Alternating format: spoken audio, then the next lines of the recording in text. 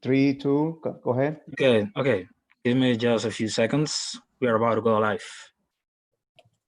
Well, it's 6:53. We're gonna call, Okay, we're now live. We're live. 6:53. We're gonna call the meeting to order.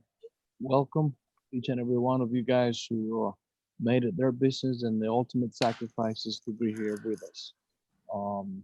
I'd like to begin our meeting trying to take a moment of silence on behalf of the current events, the death of Floyd and Taylor in Atlanta, as to show our commitment to be solidarity in reference to what we all agree that we need reform and changes. So I'd like to take a moment of silence.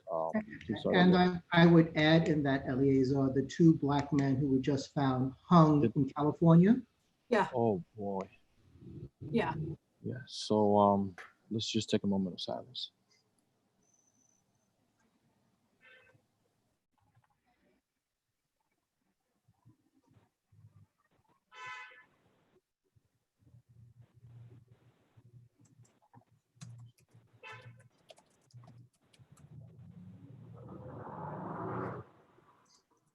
Thank you, Wayne, for updating us in such a dramatic piece of information. It's really mind blowing.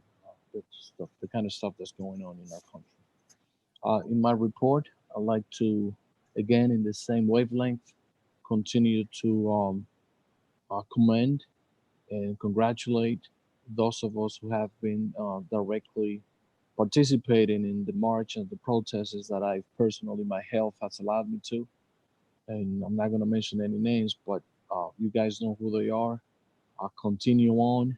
We can't stop. We need to continue on until things get to a point in which there's some sort of equality and evenness. Police brutality manifests itself in different ways. As you've seen in the news, that's one way, but they can also be used in a way in which is subtle. It could be used as an arm. It could be used as a force, and it can be used against even people or by people who use their power to keep underserved communities, as this one has been for years. So that's pretty much my report. My report is just basically to try and motivate us to continue on and just try and get the police department throughout the United States of America. I just saw the daily news that the chief agreed to remove 600 plainclothes officers from that force. He's going to reallocate them to a different unit. That's not a significant reform, but it's just a step in that direction. So that's pretty much my report. So Ebenezer, we're going to follow with yours. Thank you, Mr. Chairman. Always is a pleasure reporting as your district manager. The first thing I'm very happy to inform is that once again in June, all the committee met virtually. So once again, we did it. All the committees met virtually this month. Thank you, everybody who participated in these efforts. I need to also report that as I announced last month, I purchased new laptops for the office staff and for key board members to support the virtual work. The teleworking is the work of this new way to work from home. So we have new equipment to facilitate the transmission, all this coordination of these meetings, because the equipment that we had was a little obsolete for this work. They didn't have cameras, et cetera, et cetera. So the staff and key board members are equipped with new laptops. I have received several complaints from all over the district regarding noise complaints. There's people hanging out late at night in key areas in the district all over, northeast, northwest, southeast, southwest in the district. Uh, People are calling the office like crazy, especially Monday morning. I couldn't sleep last night. People were hanging there. So when the weather is good, there's no restaurant open, no place where people can go to hang out. They go to any corner and they blast music and they drink and they smoke hookah, etc., etc. Uh, it's a problem going on. I reported to the prisons. I will follow up at the district service cabinet meeting. Let's see what we can come to address this matter because it's unprecedented. You know, we have it in the summer, but this year is going out ahead, and people are very upset. Finally, I am preparing for the end of the year purchases. I already placed a few orders, and I would like to ask to any committee chair if you have any need or you have anything that you will like that I purchase for your operation. Uh, Please let me know no later than tomorrow morning because I need to be placing these orders um, this week in order to have all the transaction complete and paid before June 30th. This is the end of my report. I know you have questions regarding the budget, but I defer that to the treasurer report. We're going to do that later. Thank you. God bless you all. I have a question, Yes, what is the question? and this might be more appropriate for an offline conversation with you and the treasurer. But I'm just curious, given that we have like a pretty substantial budget surplus, would it be appropriate for the community board to buy like a bunch of, first of all, if we can get them, gloves and masks for distributing in general to the public?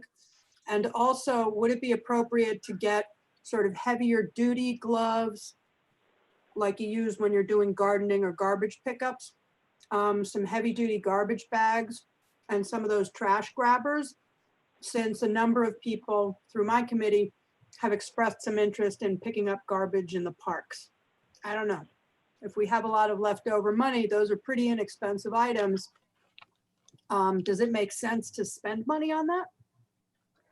Well, it's something that I will have to research because we tried a few weeks ago, tried to do some expenditure to give it away to the community, and the advice was no. Let me look again because this seems to be like a different type of purpose, and it's safety here. So let me review it. If it's okay, I will let you know. I will That would be let great, because everybody we know. just, in the And committee, Liz, we've had a lot of feedback on, Liz, yes. the mayor's office actually gives a lot of PPE if you submit a letter to them. I believe one of the partners I'm working with got 40,000 masks from the mayor's office. So I believe if you put together a proposal, they're giving. I know that they have a stockpile of PPE. Okay, but I'm also interested in like trash grabber, garbage bags, but we'll talk. Okay, so she Okay. just gave us a couple of proposals and quotes from Thank you. organization or places. We can probably, Okay. Ebenezer he'll take care of the bureaucratic part, and then so we can move forward, as you just said. Is there any questions? Ozzy, is there any way that you can please, because I'm using my phone, that you can help us by taking the stacks? I'm happy to take stacks. Yes, I mean, appreciate that. if you'd like, I can take stacks. I've also been responding to a couple of light questions. So about you attendance. do the Q&A and let Ozzy handle the stacks. We can do that then. We'll do it that way. Gerard? Yes. Oh, good evening. Yes. Ebenezer. Pretty much And a report. Eli, how Thank you you. doing? I want to thank Ebenezer for sending information last Friday. According to the Crystal report, there's an estimated projected surplus in personal service of 44,569, 33,437 in the OTPS. So there's a projected surplus of approximately $78,000. So again, that's as Liz noted, that's an awful lot of money to have there. And I would just say, as I said at the beginning of the year, fiscal year, this is something like starting in July, we should start to talk about, what would be a good use for projected surpluses even before we have them. But right now it's $78,000. Is there anything else that you'd like to share with us? But I would, nothing. Anything that you feel sticks out on the CRISIL report that you guys prepared? Anything that you feel that can really be addressed differently or give your wife's opinion on? Well, I mean, as a footnote, again, I think getting that report earlier is better in the new fiscal year, to have some time to talk about it. But, certainly on the budget, Ebenezer, I would look at actual versus forecasted, and I would refine the budget to more accurately represent the spend from fiscal year 20. But those are only suggestions. This is a budget you will develop and should submit formally to this board. Okay. Liz, do you see any questions in the back on the Q&A?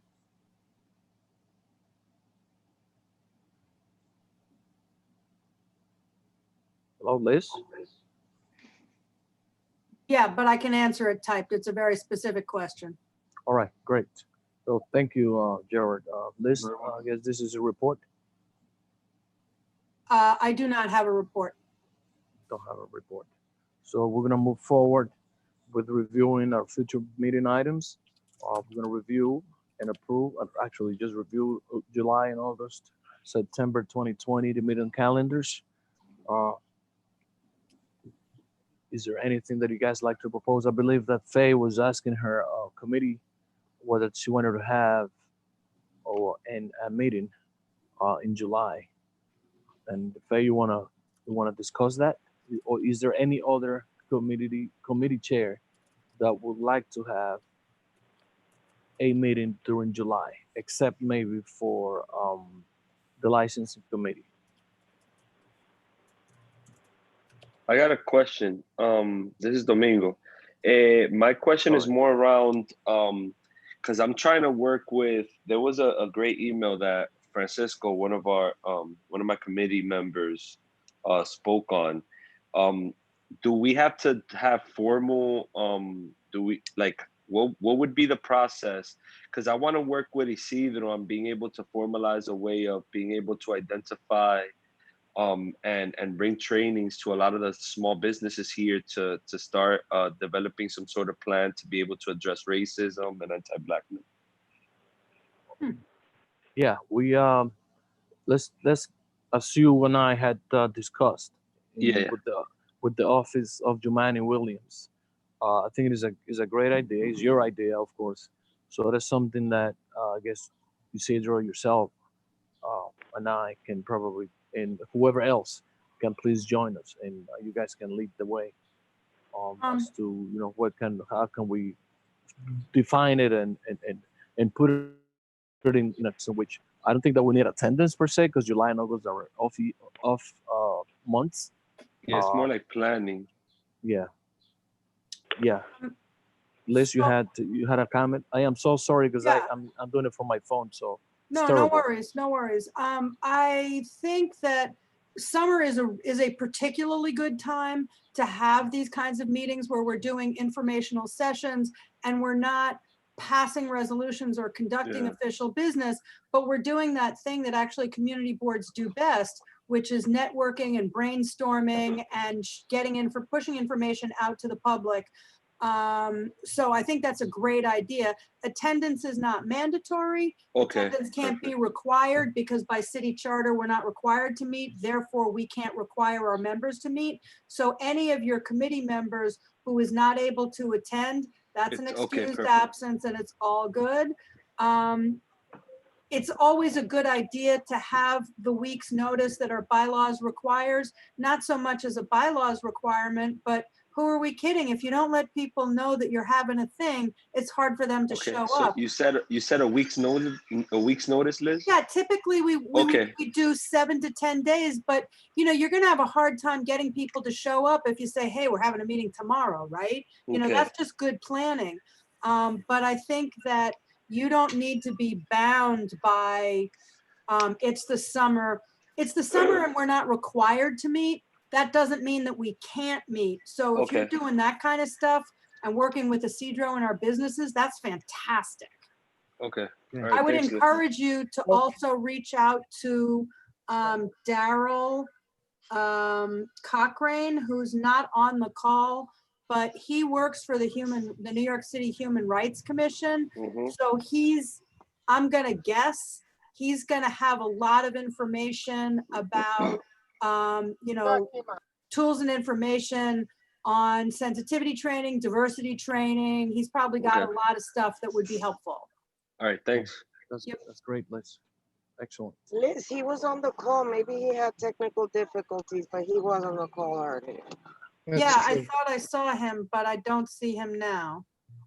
Okay, and Sally Fisher has her hand raised.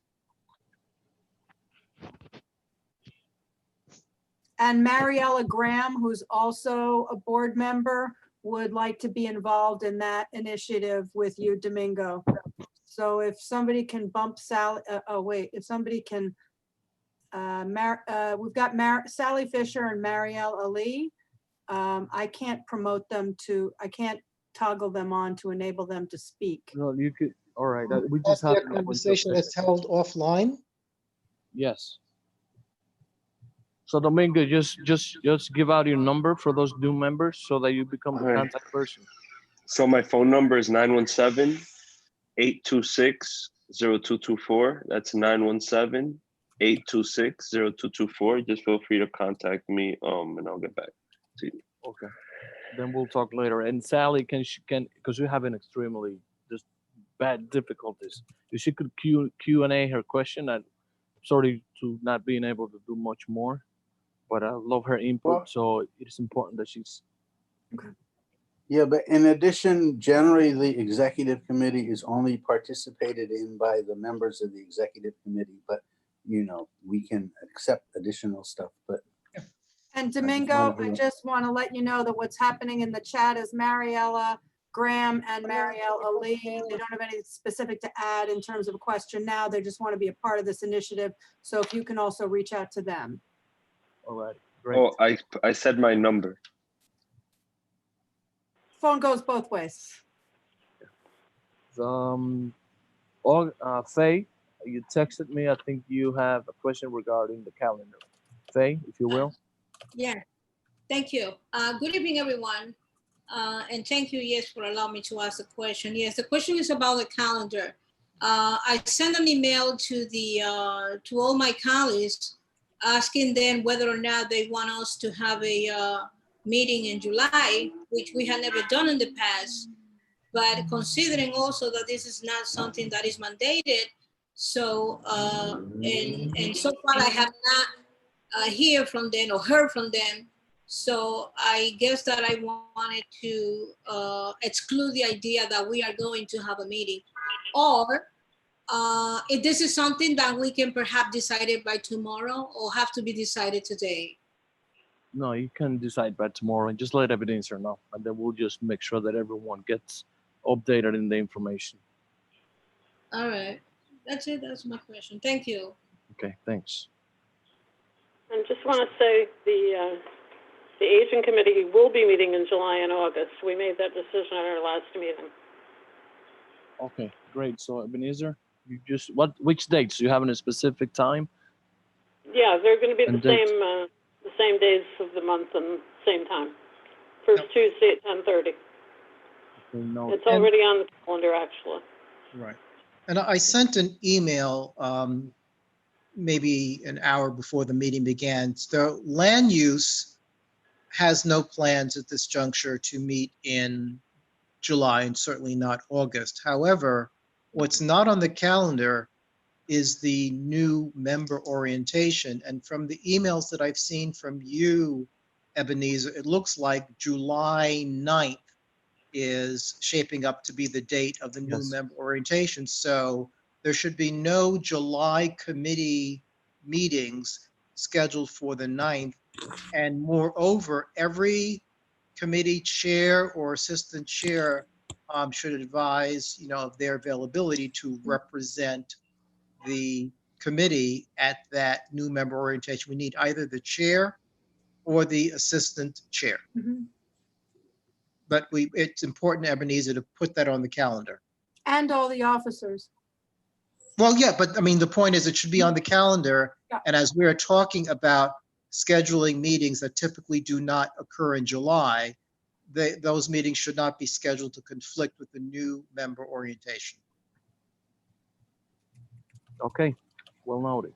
So that pretty much takes care of our next item on the agenda, which is the new board member orientation. So as you said, it's tipping towards July the 9th. So we're try and formalize. Hello, am I back? Yep. It was a, Yeah, you faded out for a terrible. second. Doing it from my phone is incredibly difficult, but we're trying to get formalized July the 9th as the orientation date and time. We'll figure out the time, 6:30 or whatever, so that we can all, those who can assist, are more than happy to, more than welcome to come and join us. Is there anything else that we would like to add to the items on agenda item number 6? The Well, review of the calendars?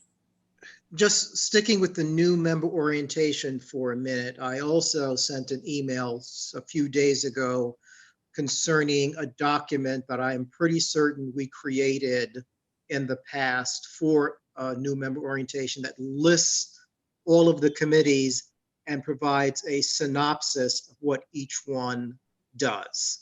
That document Yes. should exist, and we should just be able to maybe clean it up a bit and have that available for this year's new member orientation. So, I mean, Ebenezer, No. do you have that document? So sorry to interject. I will look for it. I saw it, and it's part of the binder. I know that the previous chair had made some updates to it. I don't know if there's a specific file, an electronic file to send you, but we'll have Ebenezer send you what we have, and then you can just work off of it, and then we can kind of like customize it to the present day and age. Sounds good. Alrighty. That should go to all the chairs. Yes, for Mhm. those who want to come. Correct. Moving on. Yes, Oh, it's Sally. I can't ask a question in the Q&A. I just wanted to note that Health and Environment is also meeting in July. Okay, great. Okay. This- I think they were planning on meeting on July 9th though, so, Well, they Yeah, shouldn't do that. right, he had originally said July 2nd and then he changed it to July 9th. So Ebenezer, can you please circle back with Steve to figure something out? Yes, I'm gonna send an email to him now Thank you. because I I was originally off. placed him for the second, and he sent an email that he want to be on the 9th. So let me talk to him again. He responded to that by email.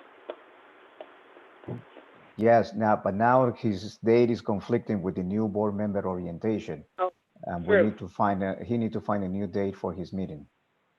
That's true. And he needs to be available for the new member orientation. Yeah. Well, clearly he's available. Well, not if he's conflicting with his own meeting. Yes. Okay, so we're gonna move on, guys, to the committee chair reports. Faye, from what I see, you're the first one. If you please give us the gratitude of listening to your report. All right, 3 minutes. Thank you again. Well, yes, well, I'm gonna be very brief in terms of my my report.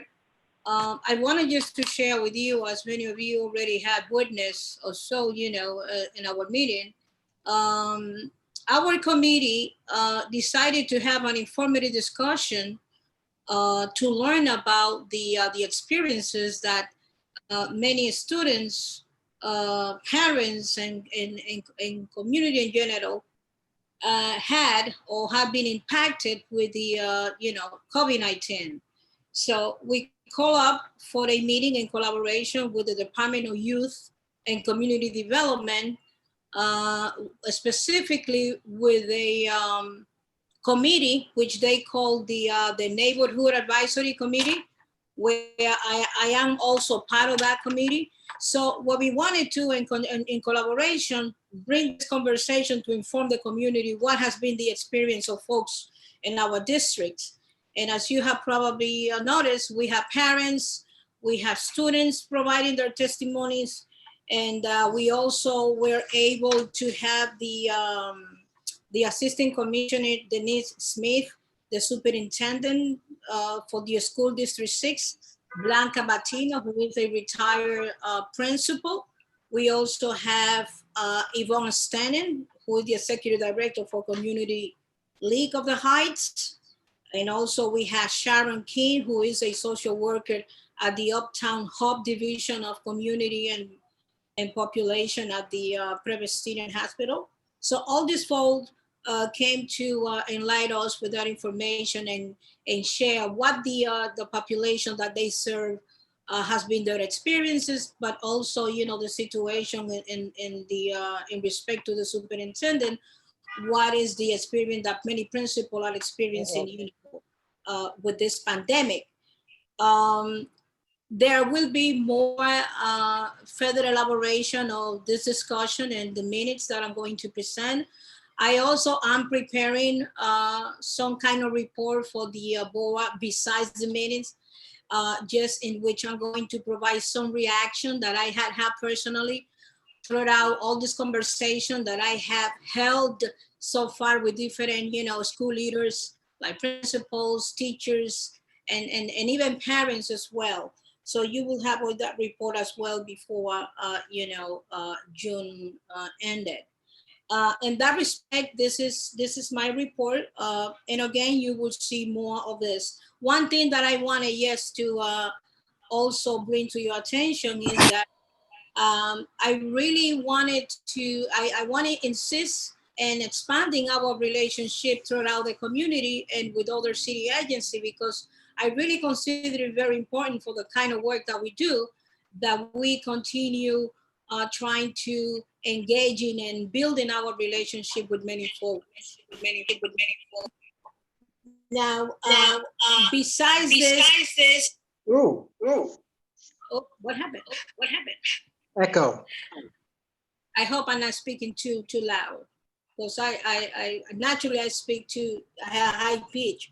But anyway, in addition, today I wanted just to briefly share with you that there is an urgent matter that I think it needs our attention, and this has to do with the proposed cut of the internet and Wi-Fi to the students that will be taking summer classes. And I personally feel very worried about that.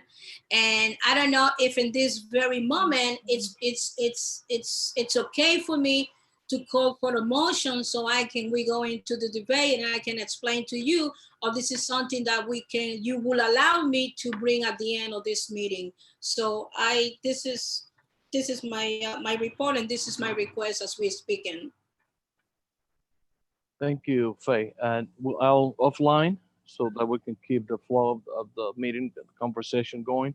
I am in the process of getting the contact person so that we can try and advocate and get that extension of that program throughout the summer.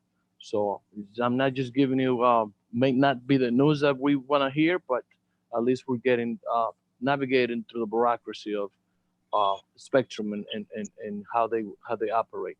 But again, it's really your initiative. So as soon as I get to that door that we need to open, I'll get back to you so that we can We are going to line it. do the resolution then. Okay, thank you, Faye. Mr. No, answer Benjamin. me the question, please, before you leave. So you Is were there- saying that tonight we're not going to consider any resolution for that matter, right? No, It sounds not like on- we don't need a resolution because the chair is pursuing the matter. exactly. Okay. No, I wanted to be clear as to what his statement.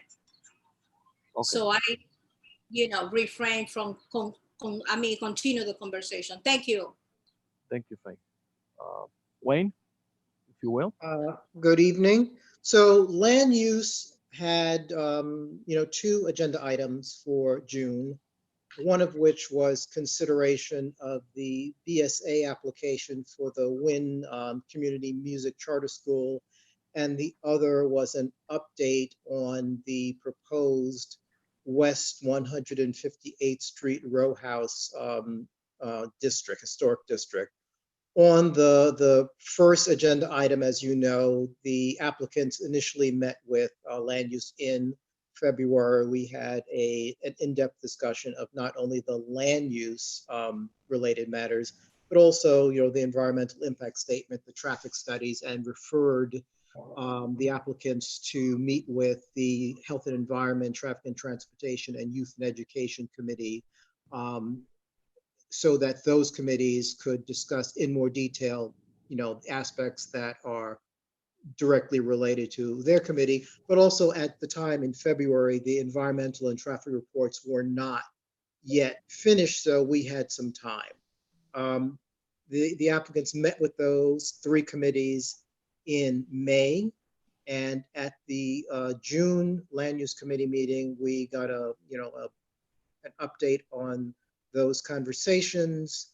Actually, the day before the Land Use Committee meeting, the Department of Environmental Protection approved their plan for acoustical attenuation, and the environmental remediation plan is under review now. The traffic portion of the environmental study has to be signed off by New York City DOT. So after further discussion, the committee voted to approve the application, which is basically just an application to use the building for a school.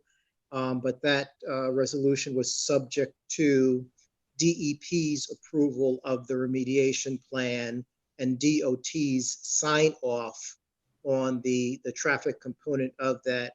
We also recommended that the applicants continue to provide updates to committees of the board as the project progresses, and as operations are, slated to begin, that they coordinate with, local community-based organizations and schools and business organizations, just to coordinate them as a new, community facility coming to the area. At this juncture, occupancy of the building is slated for September 2022. Concerning the West 158th Street row house district, and we've talked about that a bit, and Landmarks has not been all that supportive of the issue, with not great reason. Some of the new research that is interesting is we've looked at, or the parties who are doing the research, which include Vivian Ducat, who's on the committee, and Matthew Spady, who is a neighborhood resident, they've looked at the architectural and historical importance from the perspective of New York City. What they have discovered in doing some more research is that row of row houses is an early example of Black home ownership in Washington Heights. And what is more interesting is it was happening at a time when redlining was still very much the order of the day. And so, you had a few Black homeowners who bought in that area, and then it expanded to a point where a majority of the owners in that area were, in fact, African Americans. And that part of, the row house history really was not focused on. And it also adds another dimension to the argument for, designation. There is one piece of information that was discussed before that's still hard to document, but a property owner prior to the development had a sugar refinery on the Hudson. He was an abolitionist, and it's long been suspected that the refinery may have been used as part of the Underground Railroad. That is not something that has been able to be substantiated. But I would also point out that in Brooklyn, there was one of the warehouses where the interested parties were able to substantiate that warehouse was used as part of the Underground Railroad, and Landmark still was not interested. So the point is there are continued efforts to promote this area for designation, and it's an area that is literally should have been included in the Audubon Park District, but was not. And we'll see if the added information about the links to early, African-American home ownership in the area causes landmarks to be any further interested than they were before. But it was just an interesting additional bit of information about the area to learn about. Okay, it's a great piece of information. Isidro is raising his hand. Isidro? So Wayne, I wanted to ask you about this study made or the ask for the building to be used as a school. Do you have any report as to the main concerns about the traffic around the area? Any information on that? Yeah, the environmental impact statement included the traffic component, and they met with Traffic and Transportation to review that part specifically. Can you often tell us what the main concerns, or should I wait for Traffic and Transportation to tell us the findings? Well, the interesting thing is the building is, and Deborah can probably go into more detail on the Traffic and Transportation, because land use was really talking more about the land use and the building design aspects. But one of the things that is interesting is the building is currently used as a garage. So changing its use from a garage to a school actually reduces the number of trips generated at the site. So it lessens, it doesn't increase the traffic impact. Okay, so I'm going to reserve my questions and comments when Debbie comes into place. Yeah, I'd be happy to address. Thank you. Any other questions to Wayne's presentation? No? No other Alrighty. questions. All right, Steve Simon around? Not yet. Not yet. So then we'll move on. Mary Anderson. Miss Mary. Let me unmute myself. Yes, now we can hear you perfectly. We had a productive meeting again on June 4th. One of the things we've been talking about is how to, what we can do for the residents of Isabella. They're asking for magazines and spiritual reading books for the residents, both in English and Spanish. So I want to put that word out. If anybody has any of those kinds of books or magazines, or can, enlist your neighbors and friends to make a collection, if you can get them to Isabella, or call me and I'll figure out how to get them up there. Just when you take them to security, let security know that they're for Jessica Garcia. She is the director of the Recreation Department, and let them know that they're from the community board, okay? So that we can get credit where credit's due. Liz, I see your hand raised. Do you have a question? Yeah, it's a statement. You might want to reach out to the new director of the Mother Cabrini Shrine. She actually came to our Parks and Cultural Affairs Committee meeting earlier in the month. They've got a new director. And I know that they're doing some stuff with their gift shop. Seems to me that if you're looking particularly for Catholic spiritual materials, they probably have it in a bunch of languages. They might have some extra stuff. I'll send you and her an email of introduction, but we have a major Catholic shrine in our community, and if they have extra reading materials, I'm sure she's happy to share. Yes, thank you for that. You bet. So, Mary, do you have a contact number for Jessica Garcia, the person that you just mentioned? Maybe some of us want to call her ahead of time. No, they can be taken, just given to security Okay. with her name on, on the package of magazines or whatever, and security will get them to her. Right. Okay, because Excellent. we can't take them directly to Jessica. Of course. Anyway, we have to leave them with security. Okay, that's great. Either way. Thank So, but Thank just you to very know- much. Okay. I'm just So, looking over my, hold on a second. We are still concerned about not having the ability to have the seniors in the community join our meetings because of their lack of equipment and technical skills to be able to join the Zoom meetings. But there's not a whole lot that I think we can do about that right now. Had discussion about things going on in the community for seniors, talking about the cooling centers to be open, but then I understand subsequent to our meeting that there's a possibility that they're not going to open. That's still in flux at the moment. They're providing air conditioners for low-income families in the communities, for those that do not have a working a functional air conditioner, starting with the NYCHA buildings, and they'll be moving out from there.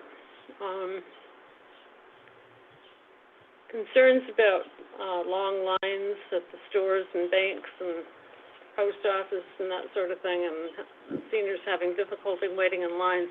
There are some stores and some stores, I don't know about, I don't think post offices and all, but there are some stores that have hours for seniors, but they're very early in the morning, which is really not terribly convenient for people that have difficulty getting up and getting dressed and, you know, ambulating and whatever. I don't know if we can do, you know, much about this to try and coordinate efforts among the stores. Isidro, I was actually going to consult you on that to see if you had any thoughts or ideas, so I can contact you later on about this. Okay. You should also contact Domingo. Yeah, Yeah, I think, right. I think it So- will Oh, ideal to have the first line of communication with both of those guys, and we can on our end mass distribute it so that even, you know, take it to the extent of maybe using some local social media guys to in the Washington Heights Chamber of Commerce also distribute it so that they can get the message out that it can't just be from 9 to 10, which I think is usually the norm, and then 9 a.m. to 10 a.m. They should do one afternoon drive as well, right? well, actually, some of the stores have earlier than that, and that's, you know, crazy. Yeah. Mary, shoot me an email so we can troubleshoot and connect, please. Will do. Thank you, I'll Sidra. send you and Domingo both, okay? Jim, I see your hand. Yeah, and then after me, we'll call on Liz, if you don't mind. My only comment is it's true that you know, you can't, if you don't have the equipment, you can't do Zoom, except that, and this might be difficult for some seniors also, they could do the thing the telephone way. I mean, they would have to enter a passcode or something like that, but at least they'd be able to talk and listen. So it's, you know, they're not totally excluded. But again, they may be, just because even that may be difficult for some individuals. But I Yeah. thought I would offer that. Thank you. Okay. I think Jonathan can, if you have a list of those phone numbers that you have usually a lot of communications with, he can set it up so he can do an email, not an email, but a text message blast to those specific numbers, and it can get distributed from that point forward. That's something that Jonathan can help you with. Okay. Okay. I just want to say that there's a general impression that the elderly are up really early in the morning. So a lot of times you'll have stores with special senior hours at like 8 a.m., 9 a.m. And Right. it may be true for some elderly, but most of the elderly that I know have a very hard time sort of regulating their sleep. And they actually tend to have difficulty sleeping, wake up late, and senior hours need to be, as you say, a little later, possibly even in the afternoon. So that feels like a word that needs to get out to Domingo, who is decidedly not elderly, to Isidro, who is also not elderly, and I'm getting there though, Liz. I'm getting there. and to Eleazar, God willing, we'll all get there, and to Eleazar in his capacity as a contact on the Chamber of Commerce, to just let business people know that the special senior hours should be at like 3 o'clock in the afternoon or something. Exactly. I agree. I'm not elderly either, but I agree. Okay. So thank you for your great input. Mary, is there something else that you'd like to add? Yes, or would indeed. like us There's to know? issues with transportation, especially the buses. You know, the buses are all full in the back end, so there's no such thing as social distancing or the ability to do so. On the front end, we still have drivers. I had yet another experience of a driver absolutely refusing to open the front door for me to get in the bus. And I brought it up at the Traffic and Transportation meeting, and also making the report because I have all the information about that driver. I even said to her, if you don't open the door, I will report you. And she said, go ahead. Very nice. So, you know. What the hell is wrong with people? Right, for the seniors, because the city, for disabled, most, and seniors really too, because some of the city bike plazas that they're putting in are going to be on sidewalks, and that limits the path, narrowing the path for seniors and for the disabled with walkers and wheelchairs to be able to get by those places. And last but not least, we talked about our budget, the capital and expense budget. And with our expense budget, we had a unanimous decision to expand mental health services for seniors in light of this pandemic and all of the issues that are going on with losing people and people being very sick and all that kind of stuff. We decided to put that number 1 on our expense budget and keep the other items as they are. And also we discussed the capital budget and the system-wide upgrade of area senior centers. We decided to just reverse that and make that number 1 on the priority list for the capital budget. So I think that is it. That would be it. I Thank you. believe so. Anybody have any other questions? No one is raising her hand, so I guess not. Okay, Thank you. thank you. Again, good. Keep it I have within. a question for Liz. I don't know if it's an appropriate time, but it's, as the committee chair, when I'm doing the minutes, people that are not logged on to the meeting, I don't know how to list them on the, we haven't heard from them, I don't know how to list them. You know, sometimes it's an issue of not being able to log on to the Zoom, sometimes it's, you know, I don't know. Yeah. and So it's they just- would be listed as, you'd start with listing them as absent, and then anybody who wasn't at your meeting, you should reach out to them and ask them, you know, what's going on. And if the reason why they weren't there is because they were doing something else and it wasn't an excused reason, then they're absent. But if the reason is they were having technical difficulties and they couldn't get on, that feels like excuse. Like if you tried and you couldn't get there, I don't think we should be, it's not in our bylaws, but I just can't see penalizing people for having technical difficulties. So that would be, Okay. I have a couple of questions in the chat. One member, Yeah. Eliana Kistner, wants to know if it's possible to mail the books to Isabella. I mean, you could, but it'd be expensive. Huh? It probably would be. But if, I assume that if they were mailing them, they should mail them to Jessica Garcia at Isabella's address, which is 515 Audubon Avenue, 10040. Right, and she's I'd like director of to, yeah. Liz, just if you have any questions on that, let's just kind of like keep them there. And one of the staff can just send them to Mary or anyone else that they have questions for in regards to our presentations. So that we can keep records of these questions and anybody give that and has do follow up. you have an issue about getting them there to Isabella, if you call me, because I know there are some people who live around where I live and I can pick them up or, whatever. I can get up to Isabella. Okay. Also, I'm sorry, but Mary, did you reach out to Veronica Liu at Word Up? Seems to me entirely possible that she might have some surplus reading material. Yep, I will. Thank you. Okay. Thank you. Housing and Human Services, Ariel Miranda, your report, please. Hi. Ariel? Yes. Hi. How are you doing? Good. Thank you. Great. So first off, I'll just run over a few of the items we discussed.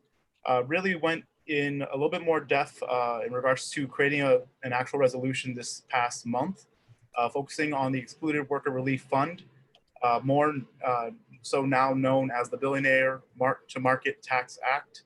It was essentially a bill that was introduced both in the Assembly and also the Senate by both our Assembly member Carmen De La Rosa, in addition to State Senator Jessica Ramos. We reviewed a bit of different information that was coming from different organizations in regards to how this is particularly, when I say this, the pandemic is affecting immigrants. We wanted to make sure that, this resolution was specifically crafted so as to acknowledge really the hardship that's being had right now in our community. Afterwards, we then reviewed the Refugee Safety Net Fund resolution. We spoke a bit more with our chair afterwards. We're moving this now forward so as to make sure that we're also presenting a common stance with one of the former organizations, the Sanctuary Coalition, that came forward a while back to try and really advocate to make sure that we're allocating part of our budget to really protect immigrants more so now than we have prior. So again, just want to thank everyone that had been helpful in trying to make sure that we got this moving forward. And lastly, I'll just say that we did discuss what has been two bills that was put forward by the City Council. One has been passed, the other is really, I think, a point of contention for a lot of individuals, focusing on how it'll impact the city. And I'll just leave it there. I think you should refer to the minutes. They'll be coming soon enough. And yeah, thank you so very much again, everyone. Have a great rest of your day, and I hope I'll see you soon. Thank you, Ariel, for your extremely pinpointed points and your brevity. Really appreciate that. Liz Ritter, your report. Yes. We had an extremely long but really productive meeting.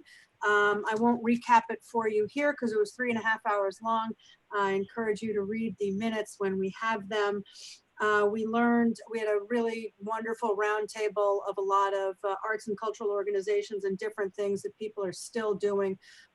We have a very vibrant arts community, and it's really helping keep people alive during this period. We learned about a new art installation that will be going in, a temporary public art installation that will be going into Fort Tryon Park on the Linden Terrace. It's a nod to the sarcophagi that are in the cloisters, but it's of Margaret Corbin. And the iconography, instead of having like lions and shields, such as you would see in a medieval sarcophagus, it has a tri-cornered hat and an eagle. So it really marries the rich American history of the Revolutionary War with the sculpture that we're used to seeing in the cloisters. It's just fantastic. I'm so excited. We're not exactly sure when it'll be installed because, everything's kind of up in the air with COVID, but it should be at some point, we think, over the summer or possibly fall. So that's really great. Look forward to that. We also had a very long conversation about barbecuing in our uptown parks. There was a lot of concern that we were looking to expand barbecuing in Inwood Hill Park, specifically on the Indian Road lawn. So if anybody heard that rumor, I just want to be really clear, that was never, the community board never had a secret plan to do that. We just wanted to have a public conversation about recognizing that many people like to have grilling. We want to be able to allow people to do it safely, and we want to balance it with the other many parks uses. And particularly in these times, we want to make sure, like, how do we keep moving forward with a conversation about how different people who view what is or isn't an appropriate use of parks figure out how to use those spaces together without weaponizing or criminalizing what is otherwise reasonable behavior, just because you maybe belong to different sociocultural, demographic, ethnic groups. We can't be calling people for just having a picnic, for example. We've seen way too much of that. So it was a really lively conversation. We did wind up having passing a resolution. I'm having a complete menopause moment and I forget what it's about. I'm so embarrassed right now. You'll get Get around back to to it. me, get Yes, back to get me back on to you. that. Whatever it was, Sure it was will. passed unanimously. Oh my God, what is wrong with me? And we will be meeting again, as I said, next month so that we can continue to have this conversation about parks usage. And there are a lot of enforcement issues that are all fairly obvious. I won't get into those. There are 2 upcoming events, Drums Along the Hudson, which is usually one of our just best, most wonderful events in Inwood Hill Park on the Gaelic Fields, is going virtual. I think it's going to be a great event. It's going to be Saturday, June 20th. That's this Saturday. Ebenezer, I will be sending you a flyer so that you can e-blast that out. There's also on Sunday a children's BLM Father's Day March gathering at 172nd in Amsterdam in front of Highbridge Park, and then walking across 172nd Street and up Fort Washington Avenue to J. Hood Wright Park, and then continuing up to 183rd and Fort Wash at Bennett Park, and concluding at Margaret Corbin Circle outside of Fort Tryon Park. I think it's really great that so many people have figured out constructive and forward-moving ways to integrate civil unrest, civil protest in a way that is really civil and that really leverages our incredible wealth of parks. So we're really fortunate for that. And yeah, other than looking up very briefly what my resolution is, I'll come back to that and I'll Come back yield to my that. time to the next speaker. Thank you. Extremely happy to see that Highbridge Park was mentioned in the same sentence as other parks, and that there are activities happening at least near Highbridge Park. You know that I am a very strong advocate for every single one of our parks, Had to say it though. all of them. And it's talking about parks and being mindful of each one of our different sociocultural differences and public safety. Mr. Curtis Young, you're next. No, Isidro have his hand up. Isidro had his hand up. Yep. Sorry, Yes, didn't sir. see it, Ozzy. Just to echo, Hila, what you said, I commend you, Liz, for bringing that up. I'm also happy that you mentioned about not criminalizing some cultural issues that we might have as a community. And I understand, truly, really happy to hear these things from you. So I think that we're moving in the right way. Really appreciative. Thank you. Thank you. I actually do want to tell a very short story. At our meeting, we had several people who, while the meeting was going on, were complaining about a particularly loud event on Indian Road lawn. And there was somebody from PEP who was on the call. So there was some discussion around noise. There had also been some discussion around signage and whether there was or wasn't signage. So at the conclusion of the meeting, it was about 11 o'clock, I walked up to Inwood Hill Park, checked out the signage, took pictures of it, sent it to the Parks Department, was able to respond to the people in the meeting to confirm that the signage was there. While I was there, I did witness what was a fairly loud party on the lawn, which was finally concluding a little bit after midnight. And I was trying to balance whether or not to say anything. And I thought, you know what? The last thing anybody needs is a white lady rolling up to a group of people saying, hey, you're being a little too loud. So I was just going to let it go. And then I saw that they had driven a vehicle up onto the park lawn. At this point, I thought, all right, I really have to say something. And then I heard the clinking of glass. And I realized that the reason why they had driven the vehicle onto the lawn was it was 12:15 and they wanted to make sure that they cleaned up properly and they needed light to do that. I watched them clean up the entire area. And afterwards I went up to them and I said, hey man, happy birthday to whoever is the birthday person. And thank you so much for doing a phenomenal job of cleaning up. And he said to me, well, yeah, nobody wants to see our garbage. Of course we cleaned up. This is everybody's park and we have to all use it together and clean up after ourselves. So I mention this only as a way of saying that when we think we see when we see what we think we're seeing, we are often wrong. And if we take the time to reach out to people, to approach people in a non-threatening and friendly way, we can surprise ourselves with delightful conversations with new neighbors who can become friends. That's what I got.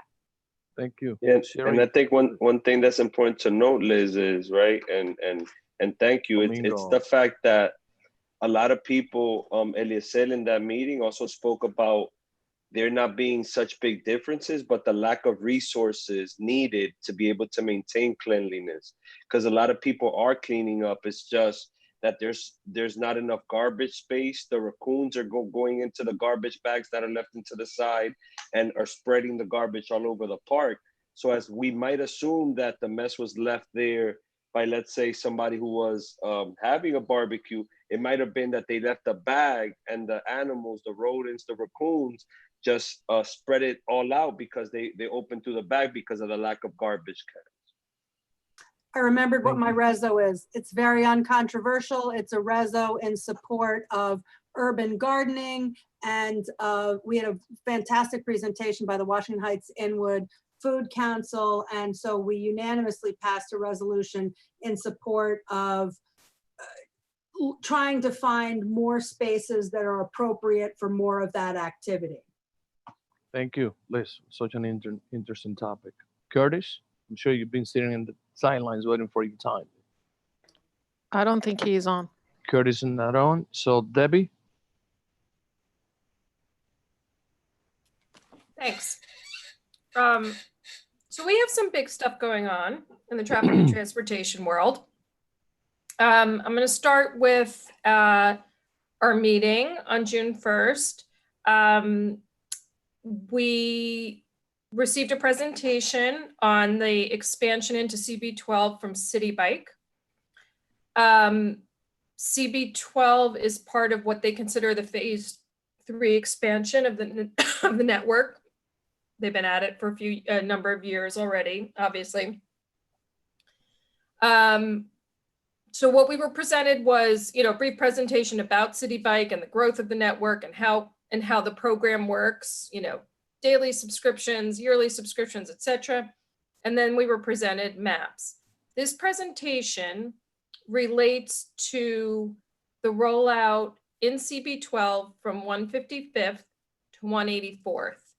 The balance of our district will be presented, call it late winter next year, and then for spring 2021 implementation. So again, this only went to West 184th Street. And so I want to say a few things. One, the maps, everything's publicly available. We've distributed everything to the board. We will distribute it to the public. The maps seem to sort of indicate a recognition that it's hard to have street stations versus sidewalk stations because street stations take parking spots. It's certainly more sidewalk stations than street stations. This is sort of a pre-final plan. And so from a process standpoint, what happens next is that, one, DOT is coming to the general meeting as well. Two, we've already been collecting feedback both at the meeting and since the meeting from board members, which will be consolidated and I will forward to DOT at the end of the month. Members of the public, this we didn't have clarity on, but I've since gotten clarity on. So members of the public don't have to go through CB12. They can just go directly to DOT. I just need to clarify whether they have a general informational email available or if we're going to be providing Lyle Blackwoods. And then, so I will give that information to Ebenezer because I think this is one that it's important to get the information out well before the meeting because they will give the presentation as we received it in committee. However, they won't have time to go through the maps on a detailed basis. So they're up, they're available to the public, but they're not going to go through one by one by one in the way they did it at the committee. And I will also forward them minutes from our meeting as part of our response. So far, most of the discussion at the meeting and most of the comments since the meeting are first and foremost about a station that was proposed on West 157th off the corner of Edward Morgan. That's a very hot spot that's been the subject of a lot of conversation. So it's not feeling like that's one we can get behind. There's also been a decent amount of conversation about one on Cabrini. So far, those are the two that are getting a lot of comments and will certainly comprise, I could see already the more serious parts of our feedback. Other than that, people felt like it was, we had some people say, oh, it should be more dense. I think a lot of us feel like, let's see how the utilization goes, et cetera. So again, they will be at the general meeting making the presentation because so everybody can have the benefit of it. I think we had a question on the Q&A about when this is being implemented. This is for this summer's implementation. People should know that these stations are not like bolted in. They're not in a sort of very permanent way. If there was a significant problem with a particular station, they're done in a way that's it's not too dramatic to pull it out if that's what needed to happen. And again, so we can also recirculate the information to the board. And once again, anybody that has any input, board members should get it to me and I'll be doing the consolidation. So that's City Bike. Next big thing is the 181st Street busway. So probably most people have seen the mayor's announcement that, what had been a very long list subsequent to the 14th Street busway of suggested busways in New York City, all of a sudden became a very short list with 181st Street on it. So again, this was sort of out there from last November, but I think it was a little just with everything with COVID and needing to just sort of the emphasis on buses and getting people moving, et cetera. We popped up in part because 181st Street is one of the more congested and like the number of bus passengers that's on all those bus lines, like it's an enormous amount and way more than 14th Street. So, but 181st Street, as we all know, is also really complicated. And this is something that DOT understands. Like it's not as straight, none of these are straightforward. Ours is particularly not straightforward. So the plan now is ours isn't gonna happen over the summer. It is more of a fall thing, most likely. But the main, what they are going to do and what they feel needs to happen is rather than come to TNT, come to the general, et cetera, it's going to be a community, like elected officials, CB12, the public, small business owners, which are a big piece of this. Again, if you think about Broadway between 181st, between Broadway and Amsterdam. So there's not a date for that. My sense is that it would be over the summer. But that kind of like workshops so that, again, all stakeholders, but they're kind of planning to do it in one, like with all the different constituencies. So we had originally, when this came out, we thought about, all right, let's get them on the TNT agenda. We have the special meeting in July, but I think at best, there's nothing, that's just not the way it's going to go. Although we may have, if we have more information about what this process and next process step is, then I'll have Lyle come and just speak to what the process that we can expect is going to be. so I have, there's a series of, and I know Ebenezer and Eli have also spoken to DOT, but, again, of the many issues that are at play here, they are small business. They are the fact that this stretch sort of relates to two major highways and access to two major highways and the world's busiest bridge.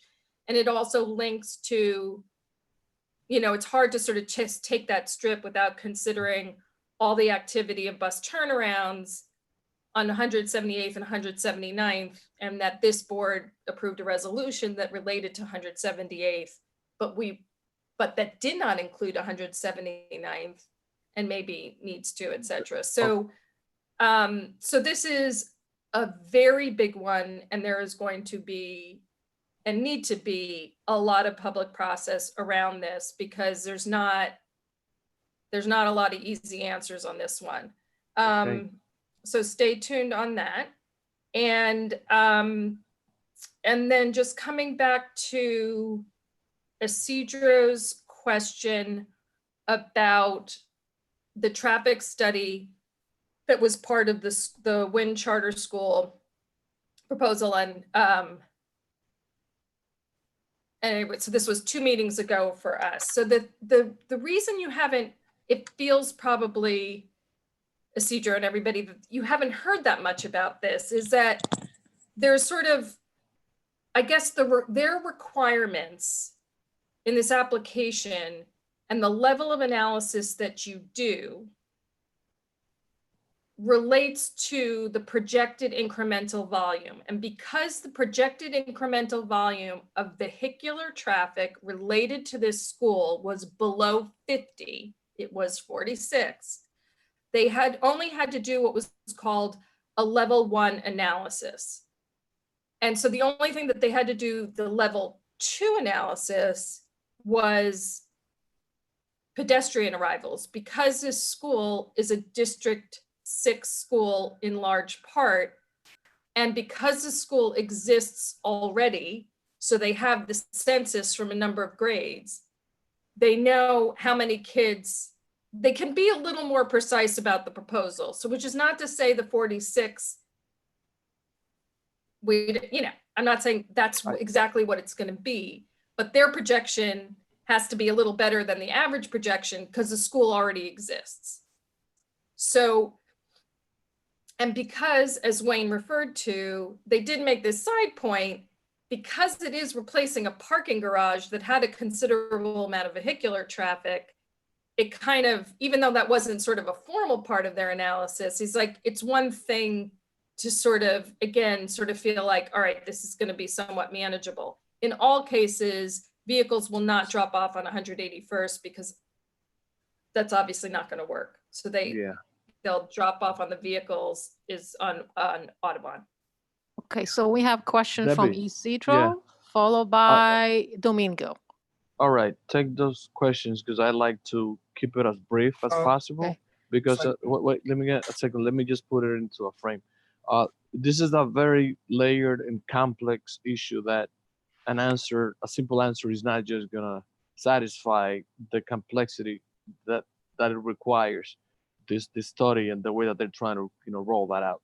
So if we can do an offline conversation, because it affects me.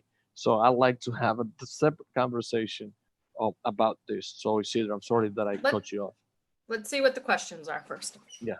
A comment on City Bike. One of the concerns that I brought when they were doing the presentation, David, was that it's all good. We need to have the environmental awareness of bringing new bikes to the heights. That is extremely important. Critical though, that they are not putting the equipment necessary for people who don't have credit cards to use city bikes. And that is something that for us as a community is critical, because not all of us have credit cards or debit cards for that matter. That's something that we should always push, because everyone needs to have access to the city bikes, because I think they're critical.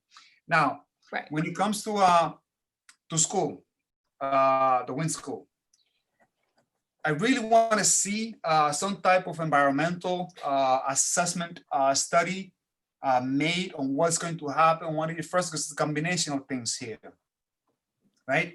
First, you have a brand new hotel that's going to open up on Amsterdam, office tower, retail space that's going to be available on that same premise.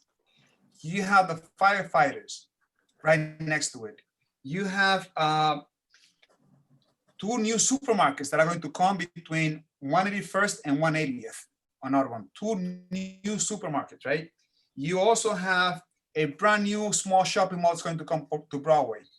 Target is coming to 181st and San Nicolas. Chipotle is going to come to 180th and Broadway.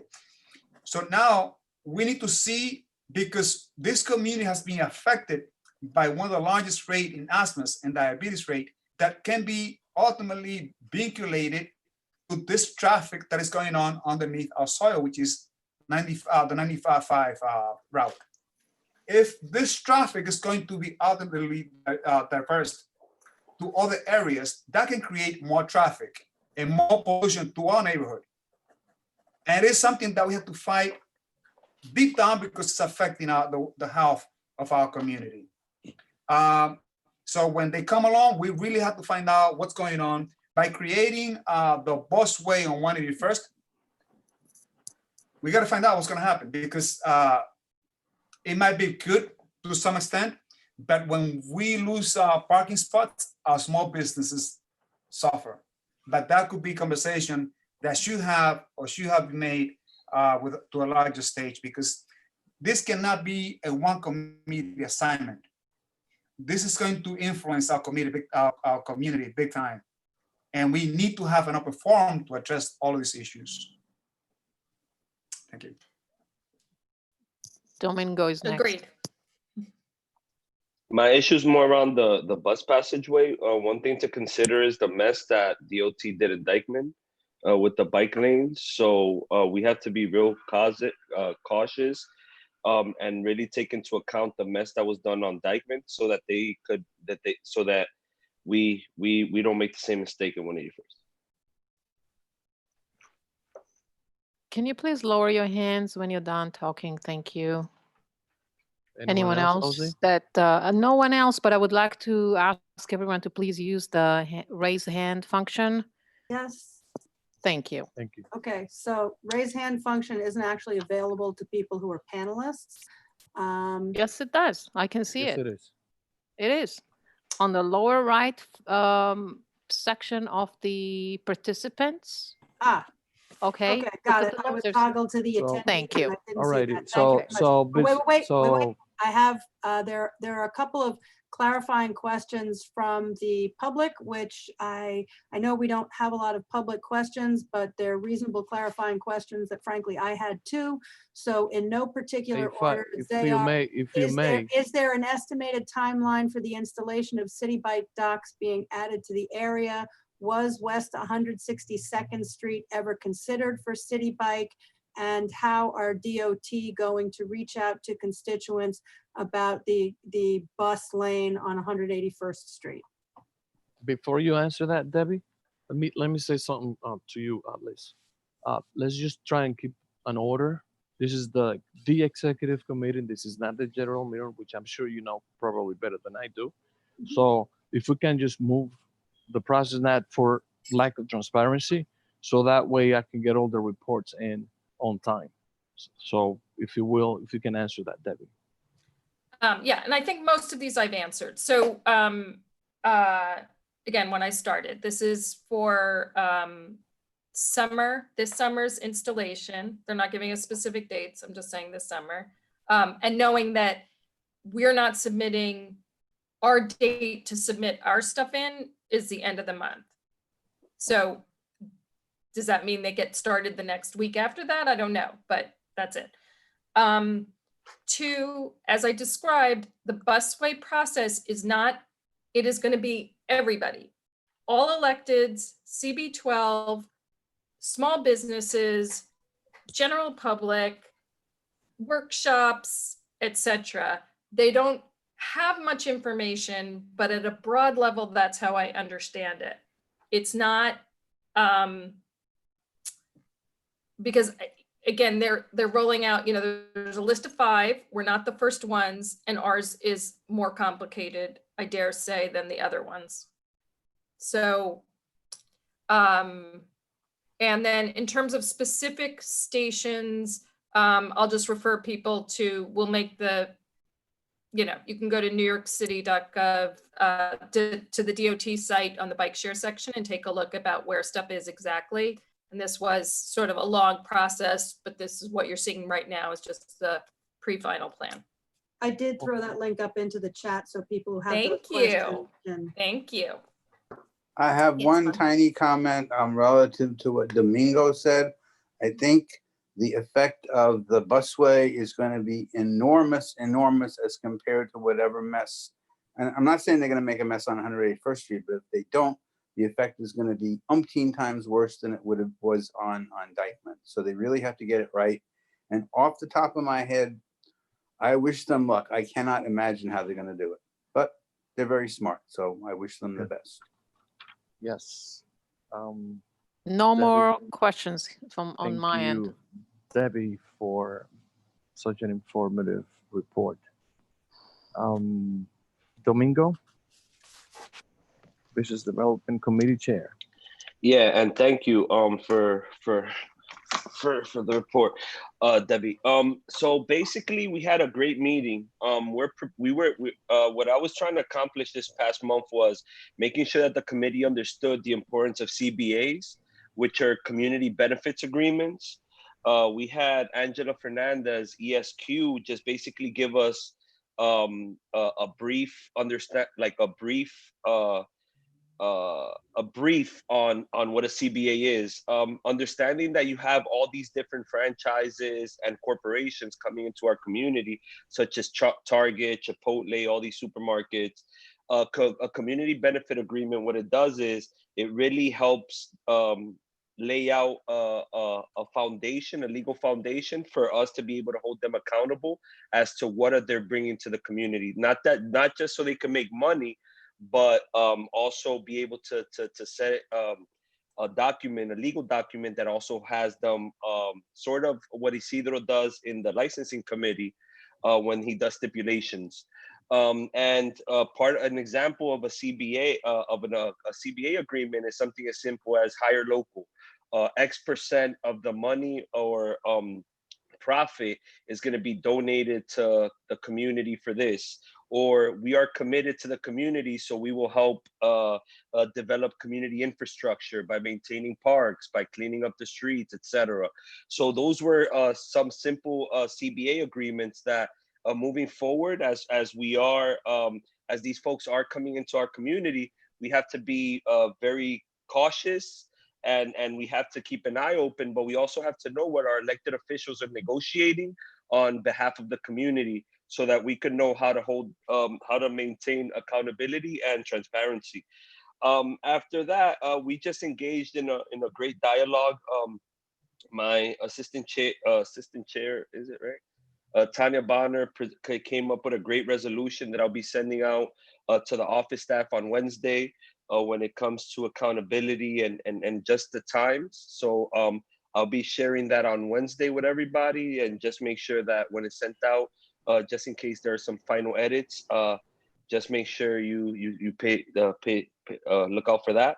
But besides that, that's my report. I feel that understanding the importance of safeguarding our small businesses, we also have to inform ourselves on what type of resources, what type of kits we could develop within our community to make sure that we safeguard it and that we use all the tools available to be able to just make sure that folks are not just pimping our community and coming in here and taking advantage of it. Thank you. Yeah, I have one technical comment relative to what Domingo said. Let me just, if I might. Yeah. Okay. Way back when, in the old days, and I do mean the old days, community boards could actually negotiate CBAs themselves. They no longer can. This whole involved process, which you already indicated, involves the electeds, but we should certainly, make our voices heard. That is my understanding.